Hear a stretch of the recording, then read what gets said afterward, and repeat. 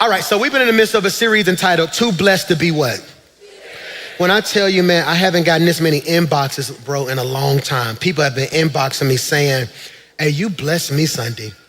Like there were parts of me that was hurt that I didn't really even know was still hurt, that I had placed in my heart where I was still somewhat bitter, and the Lord began to deal with me on that. Hear me, one person inboxed me and said, Pastor Mike, to hear you admit that you had seasons of your life where you were bitter freed me to admit that there were seasons of my life where I was struggling with some stuff. And I hope you handle this. I said this last week. Some people let what happened to them become what grows in them. But when God's hand is truly on your life, you reach a point where you can say, I've been through too much grace to stay stuck in old grudges. I'm gonna say this and only 7 of y'all are gonna receive it. There's some blessings coming with my name on it. 7 of y'all should have shouted, I received that. I can't stay stuck. Please, if you don't put nothing in your notes, write that bold. I can't stay stuck in old conversations, stuck in what happened 7 years ago, stuck in the pain of my past, stuck in the rejection of my past, stuck in the seasons of loneliness that I endured. Hear me when I say this, God has something so special in store for you, but if we don't deal with the places of our life where we've developed bitterness, it's going to block our blessings. And as a pastor, I don't know how to be anything other than myself. I don't know how to preach in a preacher's voice. I just preach in the regular voice I talk in. I don't know how to portray myself as something that I'm not. I only know how to use transparency and be myself authentically. And as a pastor, as a man of God, as anointed as I am, as much as I love God, I am also bold enough to say I've had seasons of my life where I was bitter. Now let me free you. And I'm not talking about 20 years ago. No, I've had seasons of my life where I was bitter 6 months ago, 8 months ago, 9 months ago, a year ago. There are things in my life I'm starting to realize now, because at the end of the year, I sit back and I reflect and I make notes and I talk to myself. Okay, well, how did I feel about XYZ? As things happen, you might want to steal this from your pastor. As I go through things in the year, I got a note in my phone where when something happens that hurts me, I make a note. And at the end of the year, I go back to my notes and address my pain. So you can't heal what ain't been diagnosed. So no, literally, I've been going through my notes in my phone like, that hurt. That took something out of me. Man, I can see where I got a little bit more guarded here. Why, PMJ? Hope you catch this. Because bitterness is discipleship in reverse. Bitterness is discipleship in reverse. Discipleship makes you more like Christ, while bitterness makes you more like your wounds. One makes you heal while the other makes you hide. That's critical. And what I'm telling you is you are in a season of your life where you have to heal. I'm gonna say that again. You have to heal. I want you to hear me because I'm being very intentional when I say this. I'm not saying you need to heal. I am saying you have to heal. There are doors that God is opening for you in 2026 that the broken you gonna blow. You gotta heal so you can be all that God has called you to be. I told you that bitterness is an infection, not an emotion. People think bitterness is a feeling. It's not. It was happened when a wound never fully heals. Bitterness is what happens when a wound never fully heals. And that's what I'm trying to get us to do. The boldness to deal with the areas of our lives that haven't fully healed. And I told you, bitterness spreads through your thoughts, settles in your identity, and starts speaking in your voice. It will cause you to sabotage relationships, misread love, and mistrust blessings. That's critical, Pastor Mike. Why is that important? Because bitterness turns self-defense into self-destruction. Michael, bitterness turns self-defense into self-destruction. No, you will think you're protecting yourself and don't realize you're hurting yourself. I got an inbox this week from a brother. He said, Pastor Mike, I sat in my room all day, man, just thinking about the stuff you preach. He said, it didn't hit me. I had 2 friends hit me and say, man, he said, I apologize to my friends because I said, hey, man, there's some place in my life where I had blind spots. I didn't realize I was still hurt. I was keeping people off. They said, man, we wanted to help you. But you so defensive, and every time we try to jump in and help, you get so aggressive that we didn't even know if we had a right to jump in and help. So because you're so defensive, we don't even know if we can help you. But then he's sitting at home like, they don't even love me enough to help. Not realizing it was his own bitterness and his own self-defense that was blocking his blessing. I'm gonna say this, only 3 of y'all gonna catch it. 2 of y'all may have church with me when I say this. I gotta heal because there are blessings looking for me. I'm in the wrong church. I'm gonna say it again, and 3 of y'all gonna receive that. I have to heal because there are blessings that are looking for me. I can't walk around upset. I can't walk around mad. I can't be worried about if this person gonna be a snake or a liar. I can't worry about if they gonna betray me or play me. God got me. I am too blessed to be walking around dealing with life by myself because I never dealt with the pieces of me that have not healed. I'm gonna say this, blessings are looking for me. You ought to just speak that over your own life right there. You ought to just lay hands on your own heart and say, blessings are looking for me. No, you out here stressing out trying to find opportunities and don't even realize when you heal, those opportunities are about to chase you down. Blessings are looking for you. And I told you that bitterness is a blessing blocker. It makes you blind. It causes you to see everything, pause, parenthetically digress, and everyone wrong. That's what bitterness does. It causes you to see everything and everyone wrong. That's why you got to heal. Because you are looking at certain people as enemies who are really a blessing and looking at people who you think are blessing who are really enemies. Bitterness got you trauma bonding with people who will never help you and running from people who will actually heal you. Bitterness got you in stuff that you should not even be in. Hear me when I say this, man. So hear me, blessings are looking for me. And that's where we find ourselves in today's text. In 2 Samuel chapter 9, verse 1, David comes and it's on the screen. It says, is anyone, this can preach, in Saul's family still alive, anyone to whom I can show kindness for Jonathan's sake? I think I'm gonna preach right here, then teach the rest of the day. Is there anyone, go back, moving too quick. Is anyone alive in Saul's family, anyone to whom I can show kindness for Jonathan's sake? Are you taking notes right here? In your notes, I want you to write this, Saul's family.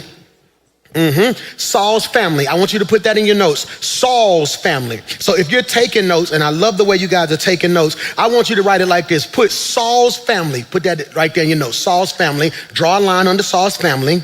Under Saul's family, write Saul. Then write Jonathan. All right. Then write blessed. Jesus Christ, you missed it. Saul is beefing with David. This is why you got to have a mature person in your life who can tell your story right. Because if I was immature, I would say Saul and David beefing. But Saul and David ain't beefing. Saul got a problem with David. David ain't got no problem with Saul. See, that's why 6 people got your testimony twisted, because they say, I heard y'all don't like each other. No, I don't know them not to like them. No, something about my favor offended them. They got a problem with me. I ain't got no... That's for 3 co-workers, 2 cousins, and your old friends who think you sitting around thinking about them. I'm not thinking about you. I'm about what God called me to be right now. David has not disrespected Saul. David never disrespected Saul. David never disrespected Saul. David never disrespected Saul. What are you talking about? He did nothing. Saul's issue with David ain't because of what David did to him. It's because people started seeing David in a different light than they say Saul. They said Saul killed his thousands, but David killed his tens of thousands. Saul couldn't handle that the favor on David's life started making other people say, that boy got something that he ain't got. Please stop judging me based off of what God put on me. If I ain't did nothing to you to offend you, it's not my fault. I'm favored, gifted, and anointed. I need you to touch 3 people and tell them it's not my fault. I didn't decide to be favored. I didn't pick this anointing. You got better clothes than me. You got a better car than me. You make more money than me. Yet you still worried about me because the anointing on my life hit different.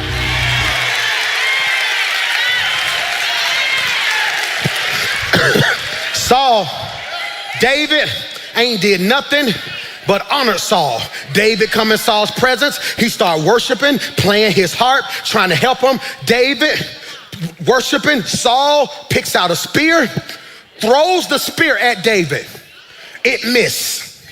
You wanna know why certain people are frustrated with you? Because how you taking shots.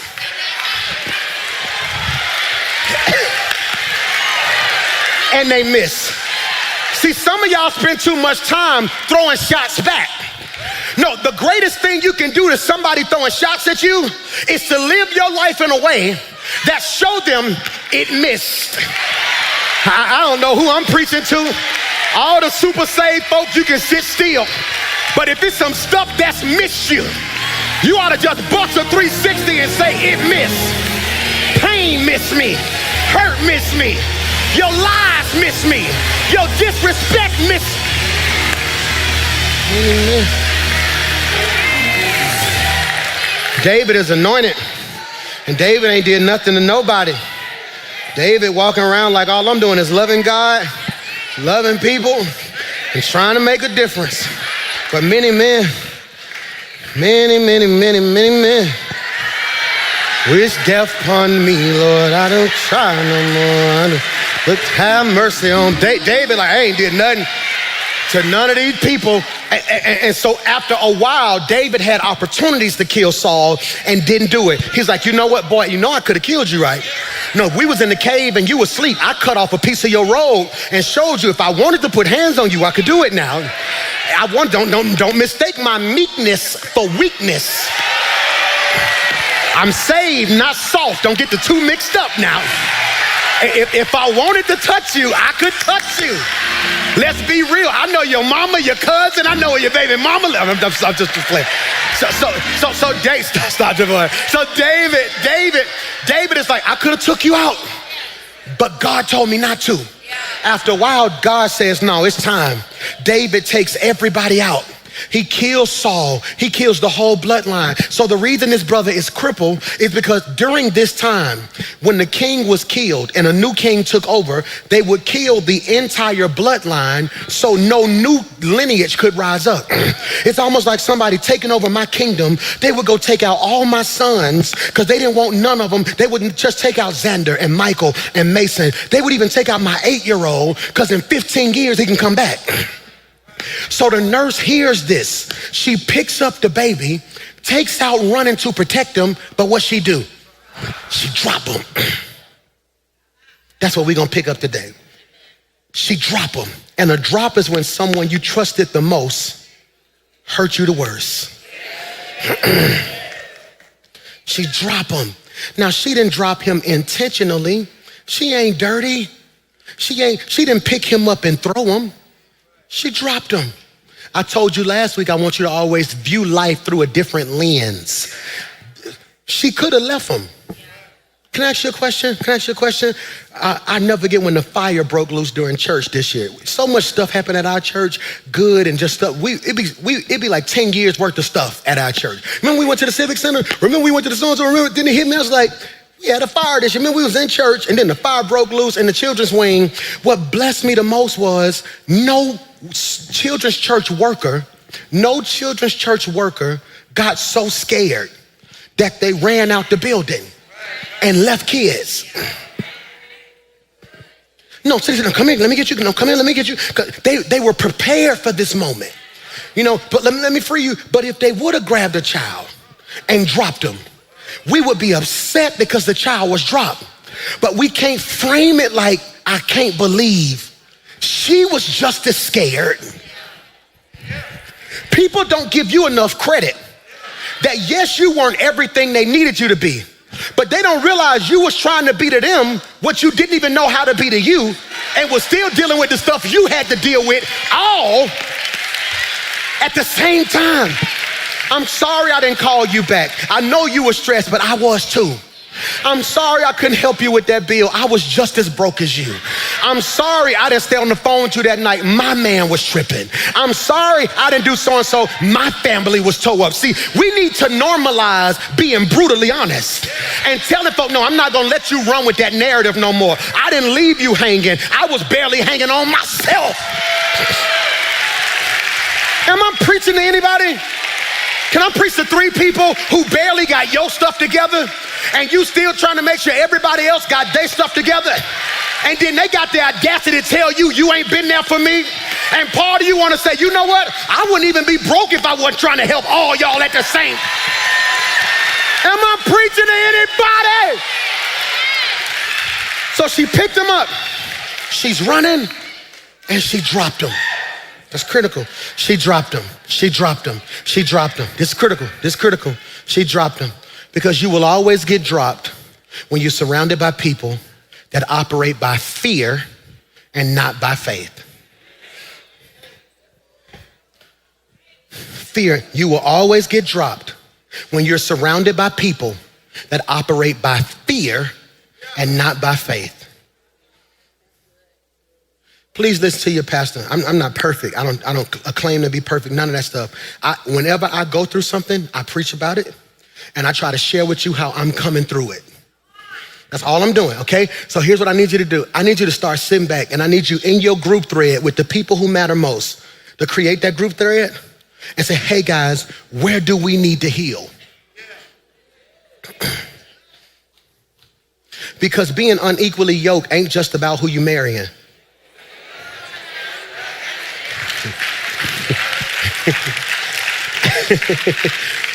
No. So let me free you, okay? Let's say y'all in a circle and 2 of y'all coming to church and 2 of y'all dealing with y'all bitterness, but then the other 3 want to address their issues. So now you in covenant with people who keep triggering you. There are certain relationships I had to loose in my life because I started appearing abusive. Can we go there?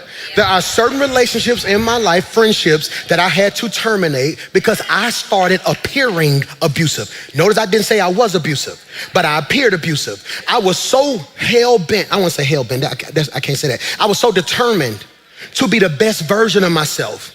And I'm one of those friends that when you tell me you want something, I'm going to see to it that you get it. I started becoming overwhelmingly aggressive. Have you did so-and-so? No, you need to get up. You need to so-and-so. Oh, you don't really want it. And they were like, no, it's like you keep attacking me. I thought I was motivating them, but it felt like attacks because they were saying they wanted something out their mouth that their actions did not match. So I had to come to realizations. I don't think we can be in covenant no more. Because at this point in my life, we are unequally yoked. I'm trying to get better. You don't mind being bitter. Either I'm gonna drag you to better or you gonna drag me to bitter. And because of the way my heart's set up, I'm not gonna drag you to better because a part of me has survivor's remorse where whenever God does something good in my life, I try my best to dummy it down so we all can feel like he did it for us when in actuality he just did it for me. So then I end up becoming bitter, not at what happened in my past. I am now bitter with myself because I don't like the version of myself that does not know how to release people. So now you happy that you got your friend back. I'm miserable, but I'm not who I'm hitting. Y'all don't want to have church with me. And what I'm telling you is, it's hard for you to be better in the company of bitter. Oh my God, that was good. Put this in your notes. Leslie, put this in the notes. Better, B-E-T-T-E-R. I love how you making sure she take notes right there. That's next level right there. No, put that in notes right there. We're gonna look at that when we get to the crib. I like that, bro. That's leadership right there, girl. So I want you to put better, B-E-T-T-E-R. Under better, write bitter, B-I-T-T-E-R. What's the difference between better and bitter?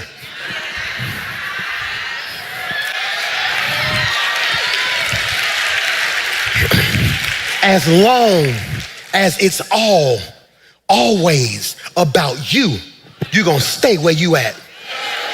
I don't like it. I don't feel like it.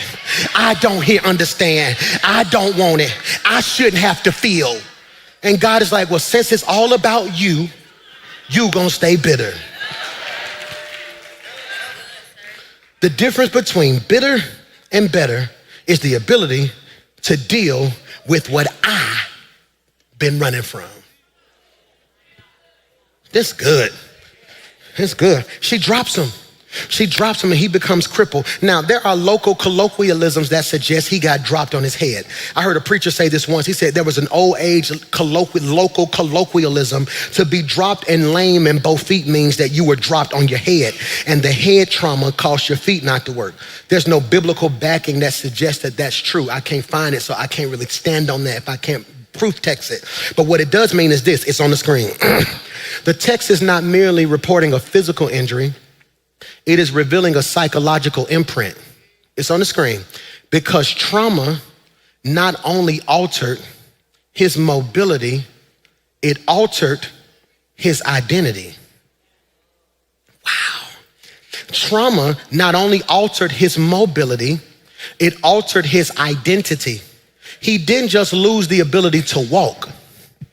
He lost the ability to believe he belonged. What you went through wasn't just about what you went through. You've been so focused on what happened to you that you miss what's been altered in you.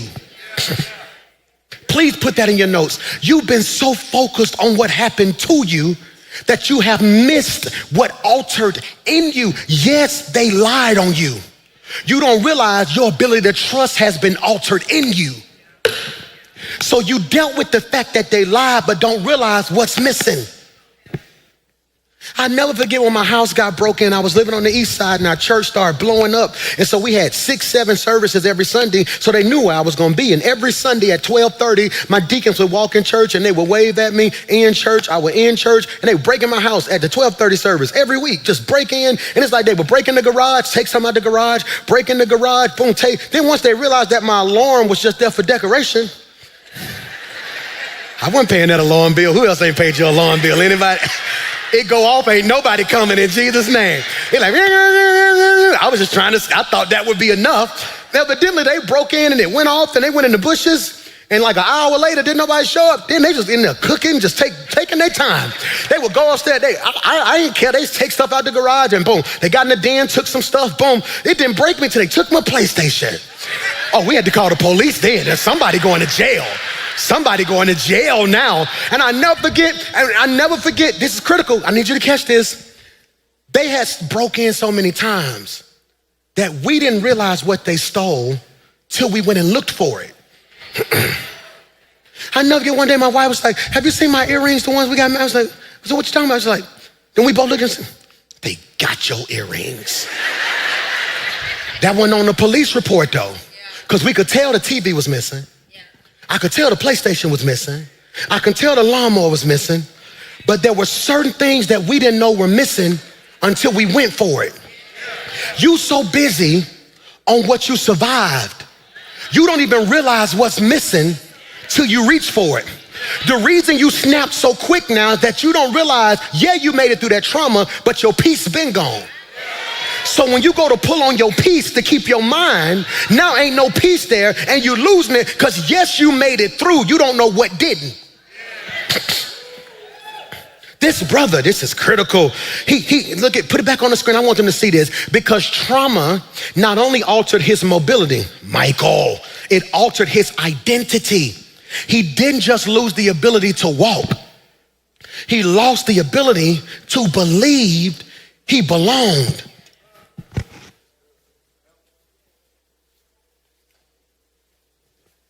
What I'm gonna say is gonna feel simplistic in nature, but for some reason, when I say it, if you hear me with your spiritual ear, something in your spirit finna click.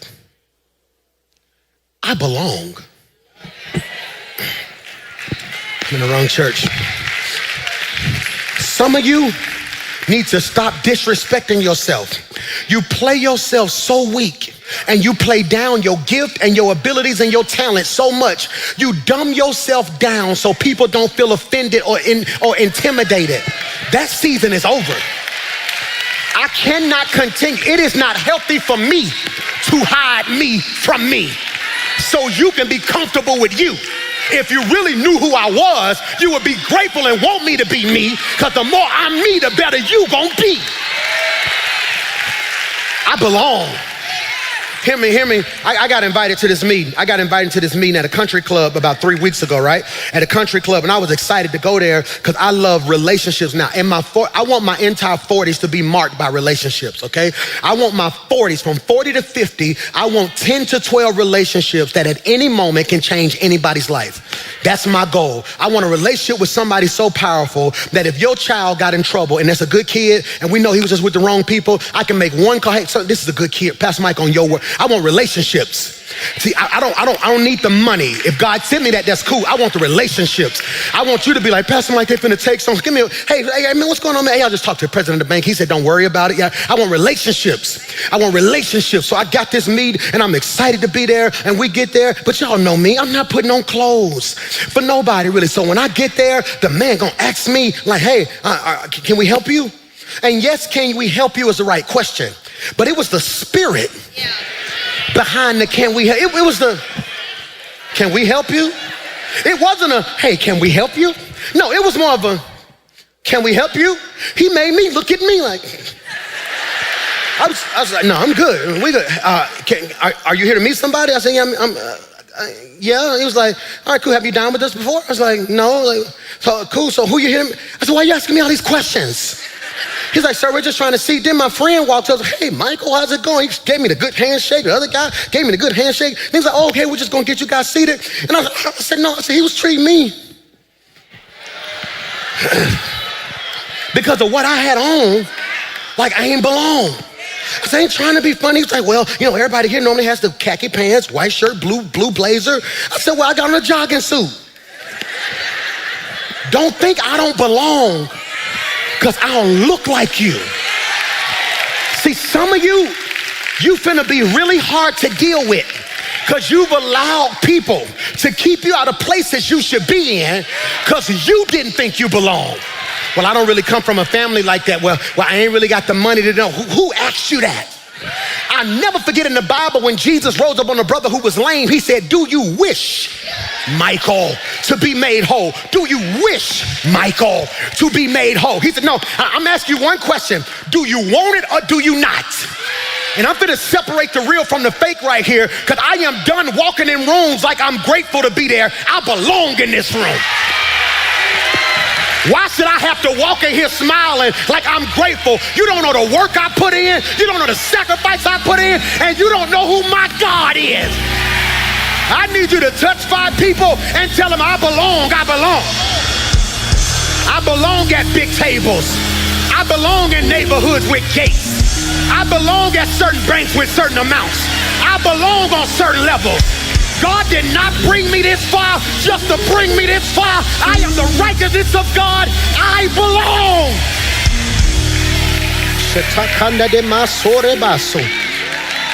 Some of y'all ain't applied and you know, well, I ain't got the qualifications. So what? The worst they can do is not call you back. When you get home, fill it out, press send like you belong.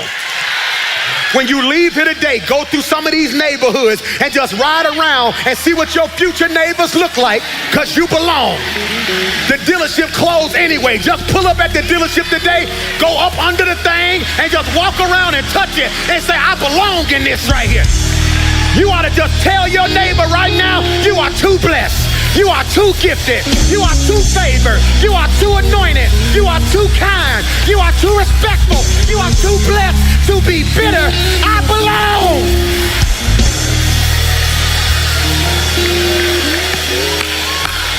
This it right here, Dre. I feel it. Hear me when I say this. So when we arrive to chapter 9, we find Mephibosheth all grown up, living in a place called, I got 10 minutes, Lodabar. He's living, put that in your notes, Lodabar. Lodabar. Lodabar. L-O-D-E-B-R. Y'all was struggling with that Lodabar. Whenever all y'all do this, then y'all done figured out I got these screens too. Y'all like, Lodabar. He's living in Lodabar. Put this in your notes. Because Lodabar isn't just where he lived, it's where he survived. Why is that important, PMJ? Because this isn't a random detail. It's revelation through geography.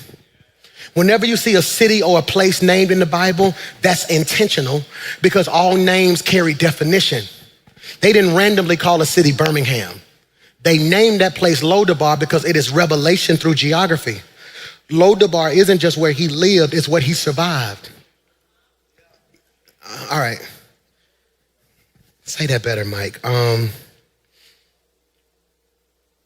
A lot about who you are would change if you understood.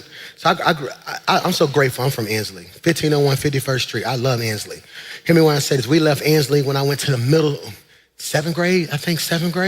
Up until then, I was Green Acres, Central Park Elementary, Green Acres Middle School. I love being from Ansley, okay? Hear me when I say this. I hope you catch this. Ansley is not just where I lived, it's where I survived. Because a lot of my friends didn't.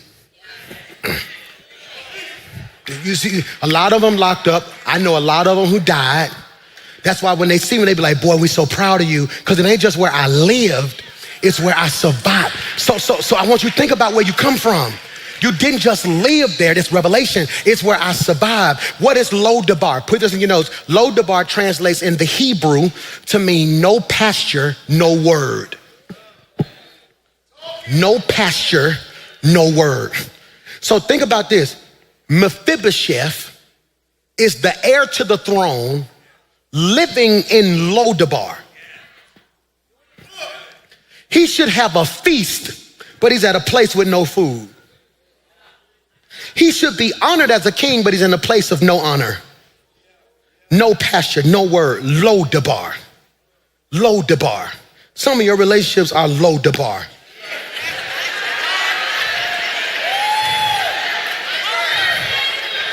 Put this in your notes. Put this in your notes. Andre gave me this note in the back. He made a joke, and now I'm finna turn it into a message, okay? All my singles. I end up in relationships that are low to bar when the bar low.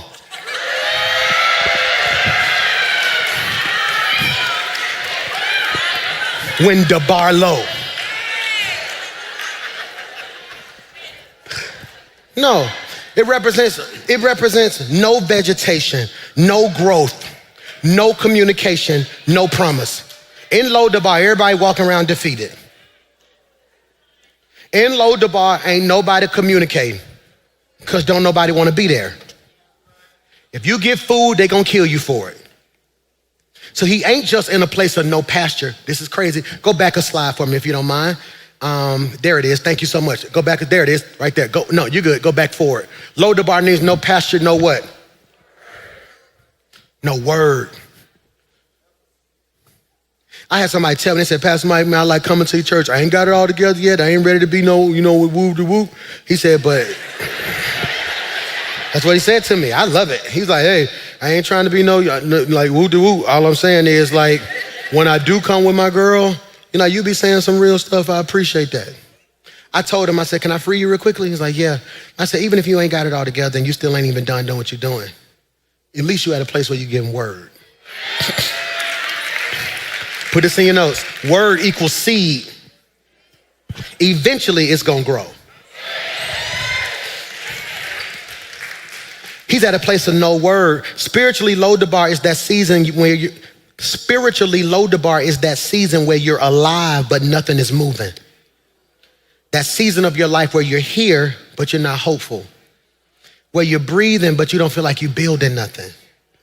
Lodabar represents, this is really good, say that better, Michael. Lodabar represents losing your identity after life hits. Life hit him and he lost his identity. Mephibosheth didn't start in Lodabar. Got 8 minutes. He fell into Lodabar. Literally and emotionally. He didn't end up in Lodabar because of rebellion. He landed there because of his trauma.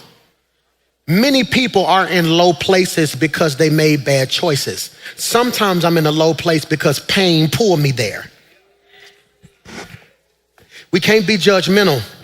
Look at him in Lodabar. He should be ashamed of himself. He didn't pick Lodabar. He was a baby. He got dropped and some kind of way ended up there. Put this in your notes. We're going to talk about this at some point. I don't know if I'm going to start a special Bible study based off it or we're going to figure it out. I want you to put this line in your notes. Pain picks. Painpicks. Pain picks. I wonder if we sat down and examined your life, how many decisions pain picked? That's why you shouldn't even be mad about some of the people you dated in your past. That was a pain pick. You were hurting and you had just dealt with some trauma you never fully healed, and a part of you just didn't want to be by yourself, and pain said you needed somebody. Yep. I'll never forget, we was going through one of the roughest seasons of our life. Bro, we ain't have nothing. Just broke as all get out. The church was exploding, but I've never been a money person. So you don't even realize, maybe up until about 6 years ago, really wasn't even getting a real salary for it. I would always give it back and pay this bill, pay this person. So we struggling, kids struggling. 2019, didn't even have money for Christmas. The leaders came together and gave me like $3,000 or $4,000. Remember that, Miss Jessica? Y'all got my Christmas. That was 2019. Big had just dropped. I ain't have nothing. I've never been a money person. I've always said, man, bless them, give them, God got me. You got me? So they came together behind my back, her Tiffany Ray, and they kind of got me some Christmas money. I'm crying like a baby because I ain't want to say nothing. I ain't want them to look down on me, but I really had good people in my life. But pain sometimes will make you think you don't want to be embarrassed, but I still wasn't going to be one of them preachers who was all about money, money, money, money. And I randomly go to a dealership, right? I walk in, they lose it. Pastor Mike. I'm like, man, what's up, man? Oh my God. He run get the general manager. She walk out. Oh my God, Pastor Mike, we know what you want. I was like, oh man, I don't know. I was looking at that Camaro right there. That's this true story. I'm like, man, that Camaro, was it a Camaro? I said, man, that Camaro, crazy, the black on black. I said, you just took it off the truck. He's like, that's fresh. I'll tell you what, Pastor Mike good for it. Go ahead and get started paperwork. If Pastor Mike wanted the Camaro, let him get a Camaro. I'm like, y'all gonna run the credit?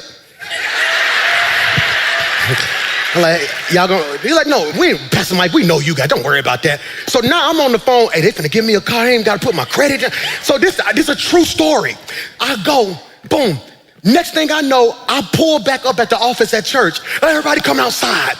Oh! I had a black Camaro, had never been drove. They looking at me like, how you get the Camaro? I said, I went into the dealership. The lady was like, you Pastor Mike, we know you good for it. All I did was sign my name and boom, just left. I pull up at home, baby, look at the Camaro. She's like, wait, whoa. I'm Pastor Mike. I walked in there, was like, it's Pastor Mike. They just kind of gave it to me. That's when Tip was like, I don't think nobody's just gonna give you a car. She's like, tell me what you did. I said, I put my social security number down. They ain't even checked nothing. I'm Pastor Mike. I'm Pastor Mike. Why y'all ain't happy for me? I done gave y'all everything, and the moment God do something for me, now all y'all wanna turn into credit repair people? Who get mad and your pain start talking? Yeah, he crazy, but he my crazy. Why y'all can't be happy for me? So all of a sudden, I'm telling my wife, you need to be happy. God opening doors. We ain't got none, yada, yada, yada. Then all of a sudden, a bill came. That note was like $1,200, $1,300 a month. It was like the worst interest ever. I'm sitting there, I'm like, ooh. So I'm calling, hey man, we're gonna have to bring this back. Like, they're like, you can't just bring it back. It's been longer than 30 days. You can't just bring it back. So now this 888 number calling me. Who know what that 888 number is? Anybody know that 888 number? Come on, be honest with me now. So now 888 calling my phone. I ain't never had an 888 number. I'm like, hey, hello, is this Michael McCoy? Yeah, this is Mike. I'm Pastor Mike. How you doing? Yeah, we want to call you in regards to that black Camaro that you have. No, so now here it is. Now I'm having to put the car at somebody's house. That car is kicking my... Did y'all miss the part of the sermon where I said from Inslee? I know what to do now. I know it. Don't let Valleydale fool you. I know what to do now. So now I done put the car at my mama's house. I'm trying to do X, Y, Z. We trying to figure it out. I think I end up selling the car. Something like, but hear me when I say this. That car kicked my butt. And you wanna know what I realized now at 40? Pain picked it. I ain't have nothing. So part of me wanted to at least look. I had started listening to people say, oh, you Pastor Mike. Oh, you Pastor Mike. So I started feeling like I needed something that made me look and feel like Pastor Mike. Till the bill came. I don't want to be him no more. Who don't want to be grown no more? Throw your hand up. I'd gladly go back to my mama's house right now. Why is that important, Pastor Mike? Put this in your notes.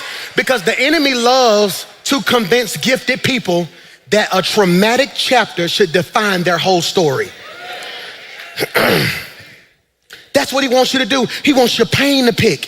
He wants to convince you that this chapter of your life defines the whole story of your life.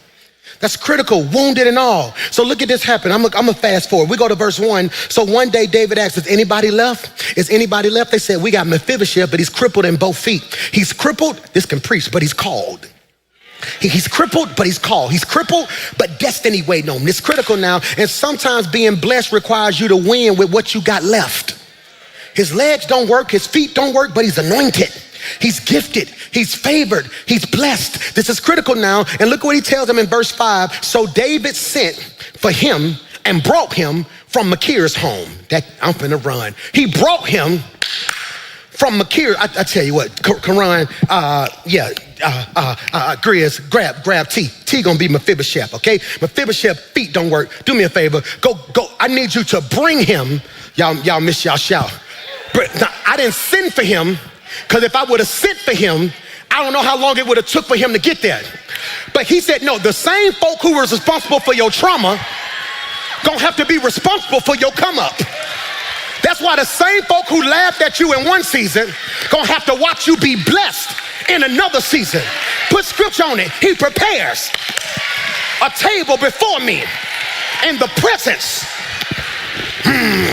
of my enemies. And he says, now watch this. He says, so I need y'all to bring him to me, but you got to be careful. Do you got a good grip on him? Do you got a good grip on him?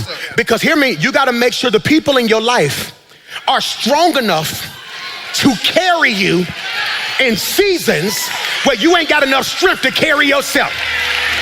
I'm not preaching to everybody.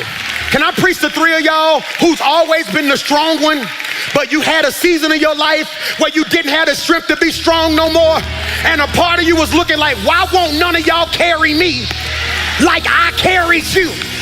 But God said, I'm putting people in your life this year who are gonna be strong enough to carry you through the roughest seasons of your life. I'm not weak. Let me free you. To whom it may concern, they're not weak. They are not lazy. They are not selfless.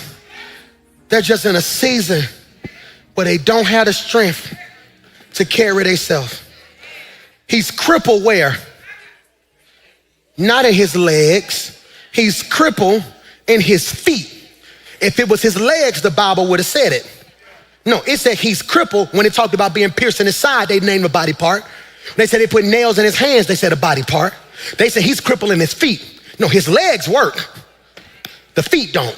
I don't care how strong your legs are. If your feet don't work, you have no stability. I'd rather have strong feet and weak legs than have strong legs and weak feet. Because at least I can stand. He's weak.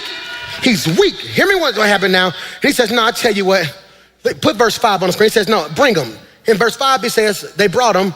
And look at the next verse. The next verse says, he looks at him and says, don't be afraid. I want to free you real quickly. Can y'all bring him here?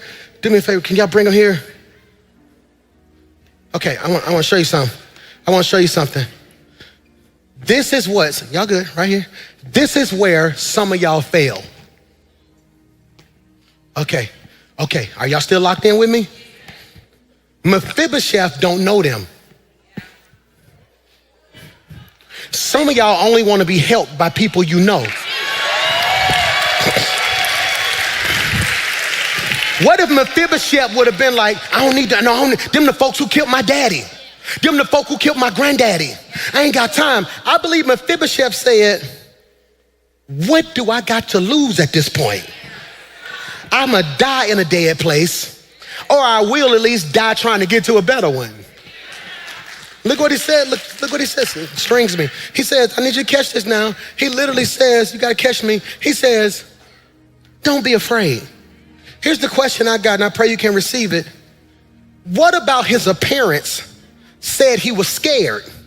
For David to say, don't be afraid, that's indicative of the fact that something in him, oh, you're struggling. You look good. I think you're struggling a little bit. Is he heavy? You want to sit him down real quick so you can reposition yourself? Let's do that. Let's sit him down real quick.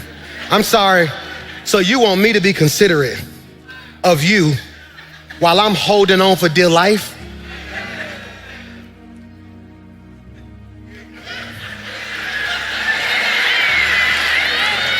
You said you got me, right? So you want me to stop hurting long enough for you to get some more strength. If you got me, you got me. And I wish people in your life understood how heavy they were.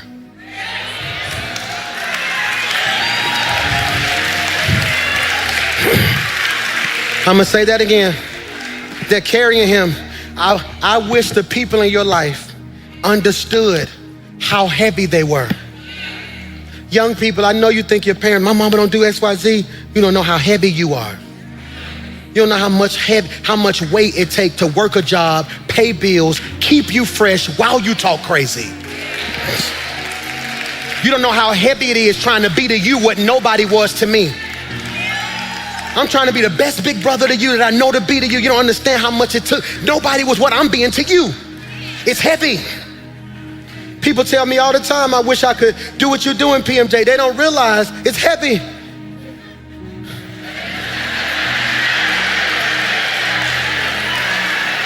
He heavy.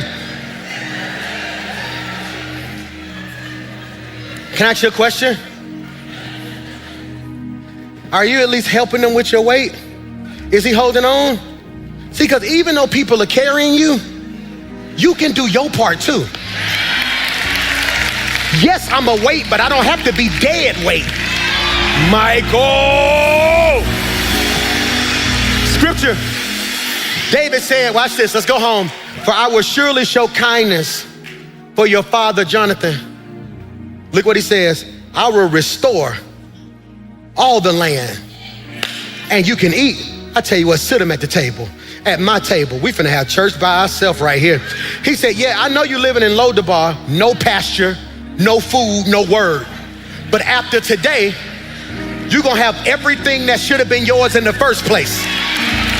If you don't shout for nothing else today, shout that God's giving you back everything that you should have got. Every blessing that's held up is getting ready to hit your life at the same time. Look what he says. He says, the scripture says, you good, man. You will always eat at my table. Now here's what you missed. He said, I'm gonna give you your land back. In those days, you only ate what you farmed. He said, I'm gonna give you the land. This is a business standpoint, right? All my entrepreneurs, listen. You can lease out the land if you want to and make the money. What you eat ain't gonna be based off of what you do. If you never put nothing in the ground, you still gonna eat, because you're gonna eat at my table. So, you want some chicken? Pass the chicken, brother. Oh, yeah, there you go right there. What else you want? Salad. Salad, okay, there you go. Potato, pass those potatoes over there. Thank you. Yams, collard greens, mashed potatoes, beans, greens, potatoes. You name it. There it is, man. Wow. It's crazy, ain't it? It's crazy. Drink, man. Get you something to drink right there, man. Can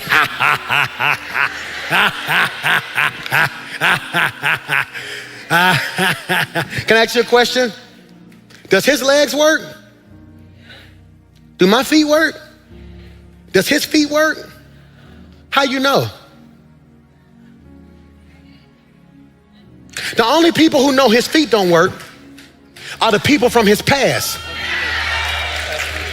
When people in his new season walk up to him, they not gonna see his feet.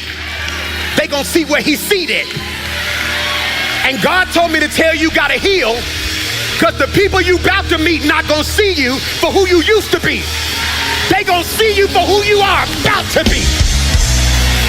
Am I preaching to anybody? You ain't gotta walk around down. I'm at the table. I'm at the table. Every entrepreneur should have heard me when I say that. You don't know who bringing what to the table. You just know we all at the table. We all at the table.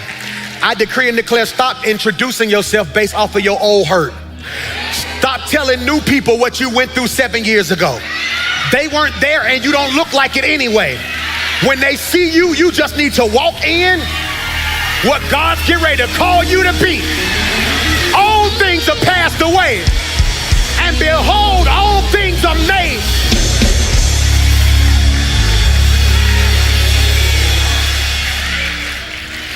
And this is the picture. The only way they gonna know his feet don't work is if somebody unveil it. Can I free you though?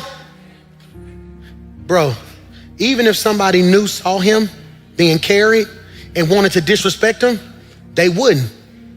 Because an assault on the king's friends is an assault on him. So back in the day, if you looked at a guard, one of the king's guard, and you pushed him, you got put to death. Because if you touch my people, that means you'll touch me. Watch this. So now, even the people who would have treated him bad for his deficiency got to treat him better because of the proximity he has to the anointing. Now hear me when I say this. I know you've been through a lot. And I want to say this, you got a right to be bitter about some stuff. I check myself daily. Daily. But you know what? I'm at the table.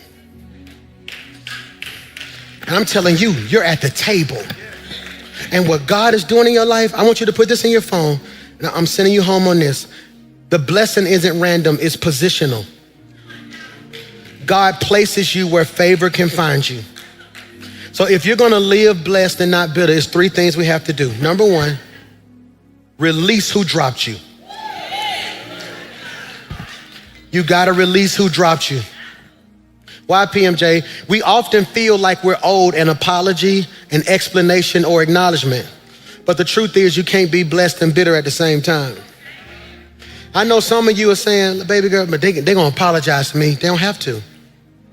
I just wanna know why. No, that's a trap. They need to at least acknowledge for what? Forgiveness is not saying that they were right. It's saying that their actions will no longer control my life. I've forgiven people and not spoke to them. I don't even need a conversation with you to forgive you. Number 2, receive where God has placed you. You are not in Lodabar anymore. Your environment is shifting, your identity is shifting, and your language is shifting. Act like it. I don't carry myself like that no more. I blocked one of the biggest blessings in my life about 9 years ago. Just talking wrong. We were so young, and I can remember, man, we was meeting millionaires after millionaires. God was putting us in rooms where it was people who could write one check and change your whole life. Your whole life. Your whole life. I can tell you story after story of me explaining to them, well, I'm not really about money, so we don't really have the money we need, and getting finance ain't really, and I never get the man was like, I ain't heard this many can'ts in my life. And you would think after he lectured me, he would bless me. He's like, no, man, but you got to believe in yourself before somebody believe in you. My family didn't really have a home at one point. It was all over the place. And we had met this family who had this multi-million-dollar house. And I'm crazy. When I tell you I'm crazy, I walked up to the family, I want you to give me this house. I said, you're going to hold a mortgage for me. We're going to figure this thing out. And they said, you know what? We finna pray about it because we own houses all over the... I'm like, oh my God. And they went and checked my website. And on my website, I was like, we gonna have no debt. We're gonna do XYZ, no XYZ. But I never updated the website for like 3 years. Just like, we don't want to go against your vision. We really believe in structure and order. And I couldn't even tell them, like, what it said was, you don't believe in your vision enough to keep your vision up to date. You're carrying yourself like you're in Lodabar.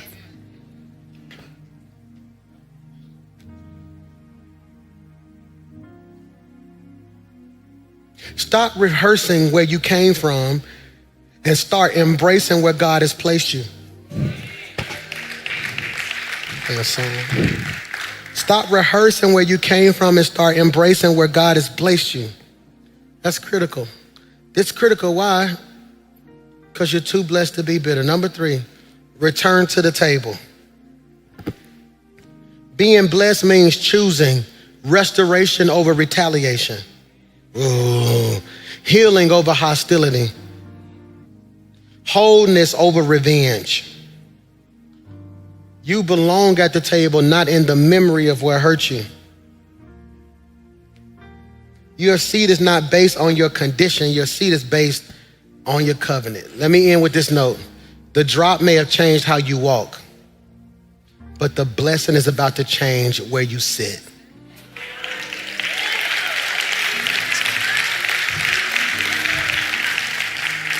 Father, in Jesus' name, I pray that we leave here today acknowledging the places of our life where we were dropped. God, I pray that we don't leave here acknowledging the place. I pray that we don't leave here acknowledging the places we were dropped and then feeling sorry about them.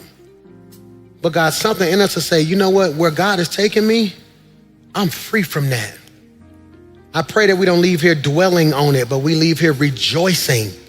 Like, God, you allowed me to survive that. And I thank you for every mountain you brought me over and every valley that you took me through. God, we give you all the honor, glory, and praise in Jesus' name. And everybody said,